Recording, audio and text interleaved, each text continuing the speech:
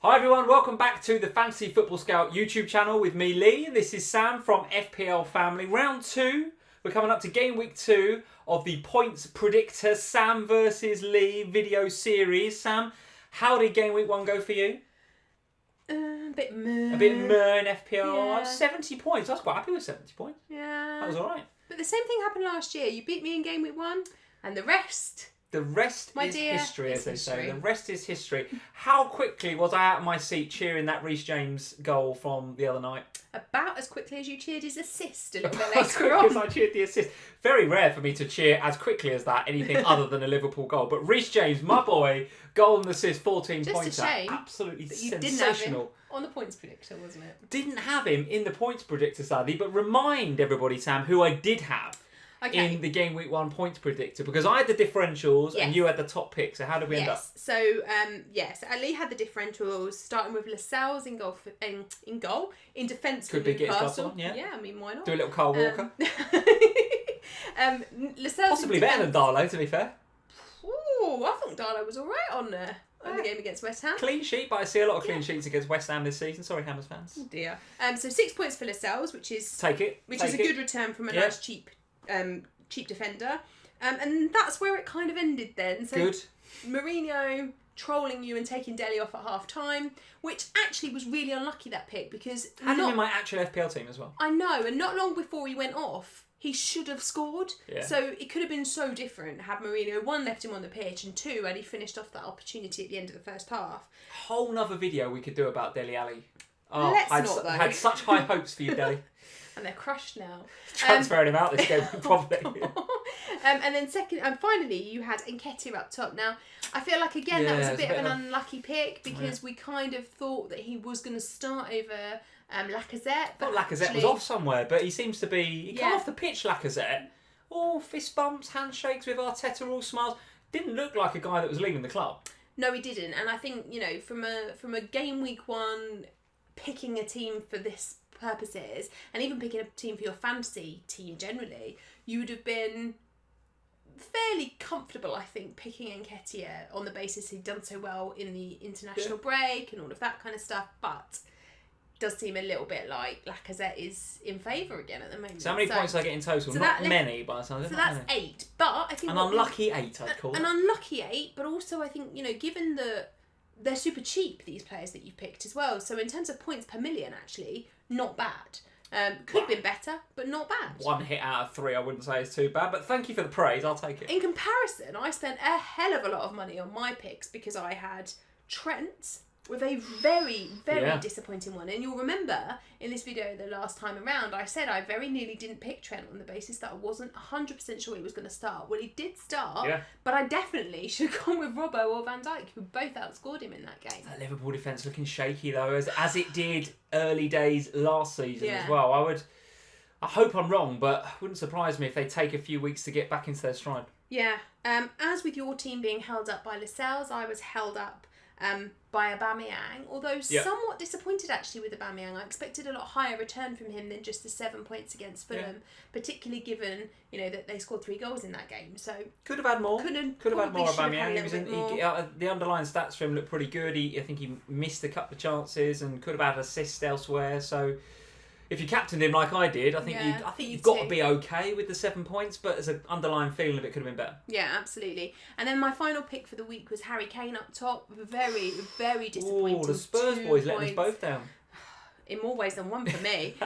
So I've somehow squeaked it by 8 points to 10. Okay. So I squeaked it by 2. But I think in reality, neither's a triumph, let's face it. Neither's a triumph, but I'm taking the point. But in reality, I should have absolutely smashed you this week. And I think for me, this was a really interesting learning point, actually, is that, you said at the beginning of last week's video, I've got the disadvantage here because I'm picking from the differential picks, and they also happen to be a hell of a lot cheaper than mine. Yet there's very, very little to pick between them in terms of the points that they've returned, yet the budget difference is enormous. All right, well, let's see who we're going for in round 2 of Lee versus Sam. Now that we've got Now you're behind. a bit more information, now that I'm behind, this is very much a position that I'm used to. It's trying looking up to you and trying to catch you. So I'm comfortable in that position, guys, let me tell you.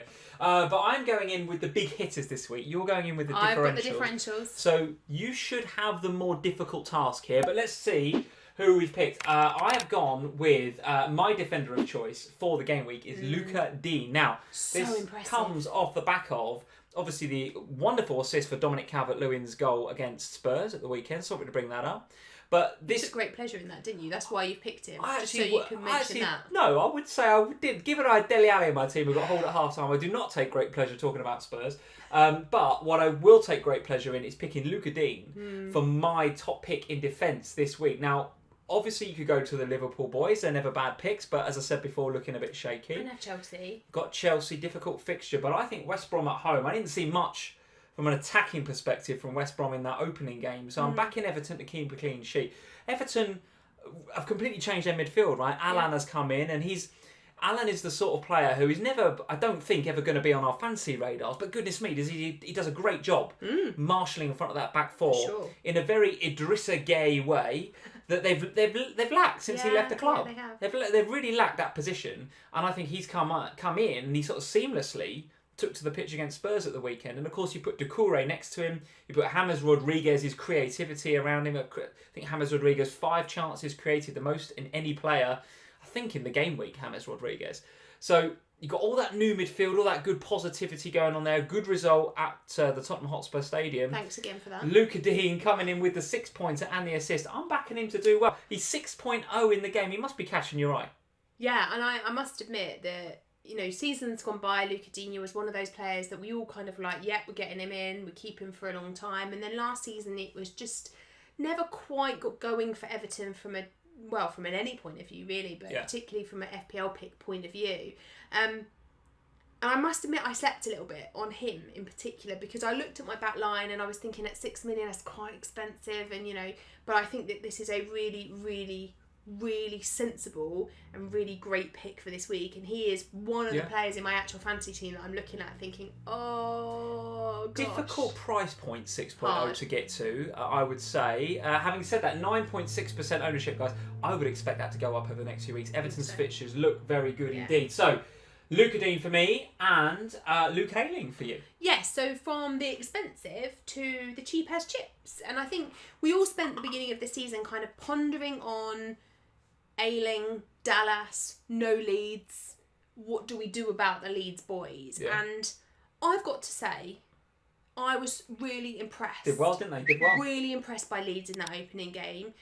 All right, they lost and conceded a lot of goals. However, I was impressed by Ayling. I was impressed by the way that he marshalled his defenders. They were outdone by 2 penalties from silly mistakes. But they were in the game. The intensity was there from Leeds' perspective, is what I like. And tactically, you know that Bielsa's going to get them playing. Yes. They're coming up against a team that they should know pretty well, Fulham. Yes. They'd have been going into that Liverpool game, I think, with a bit of a, this is a hit to nothing, right? Yeah. No one's expecting us to win, so let's just go out and play and see what happens.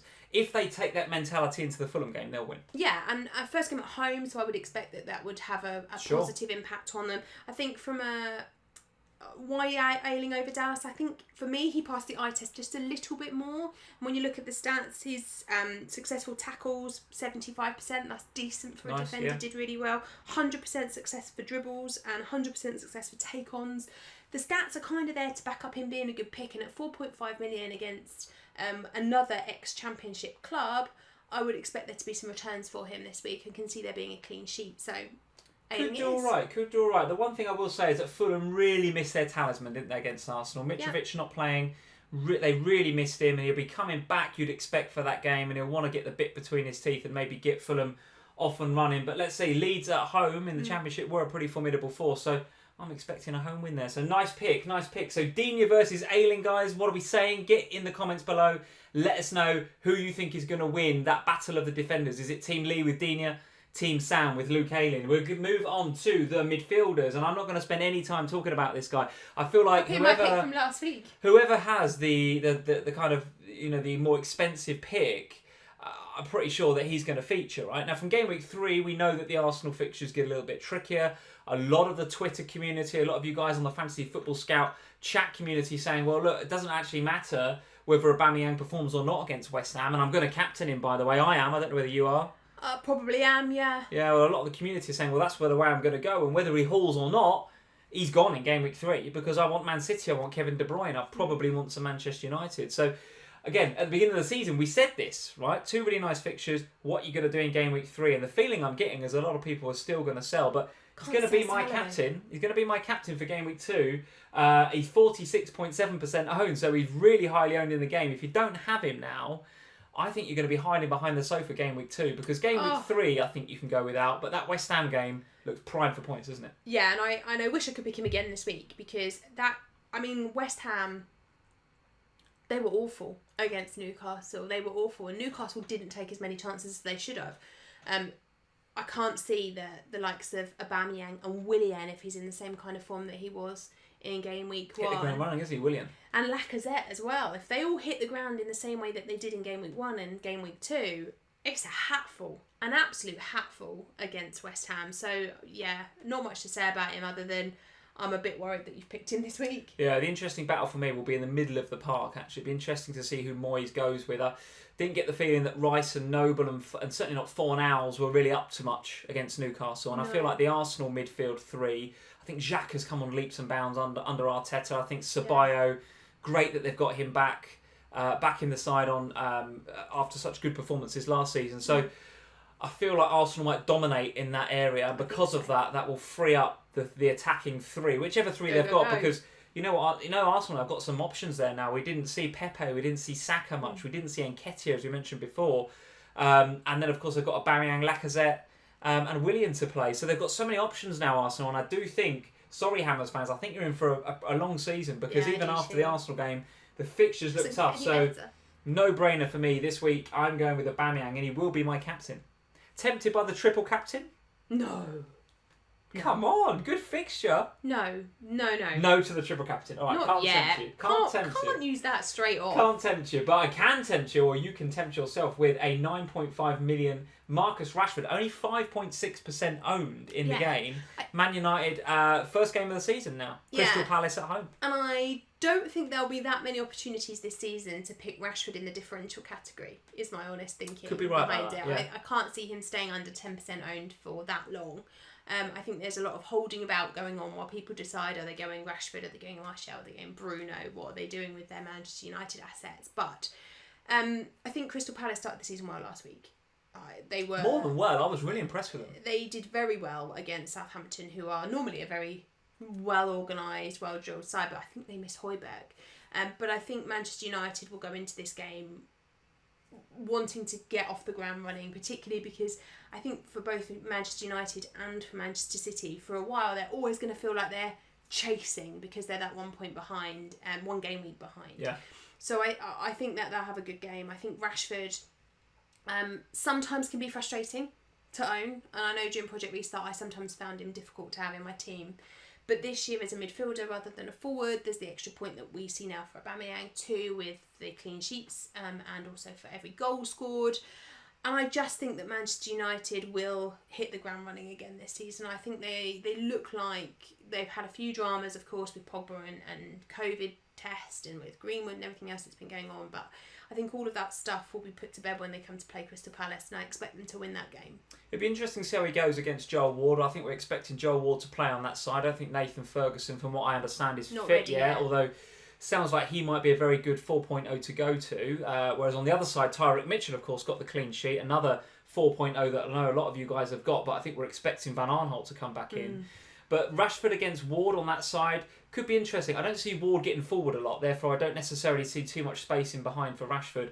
But you know what? He and Martial often found space against teams that we weren't expecting to find space against last season. Yeah. And actually, certainly they gelled so well when Pogba came back into the team. So I'm really intrigued to see how they get on against what I thought was an excellent Palace side. Excellent Palace side. They rode their luck a little bit. A couple of good saves from Gaeta, one from Che Adams, one from Danny Ings at the weekend. Yeah. To really, disappoint their owners. But listen, I think that Crystal Palace are not going to get turned over. Certainly at the beginning of the season, we looked at that fixture and we said, right, have a Rashford on your bench, have a Bruno on the bench, or have money in the bank ready to invest in game week 2, because do you know what? You're going to want them at home to Palace. And I still think you do, and if you've got these players, I think you're absolutely right to back them. But from what I saw in that Crystal Palace game, I think Hodgson has set them up to not get beat.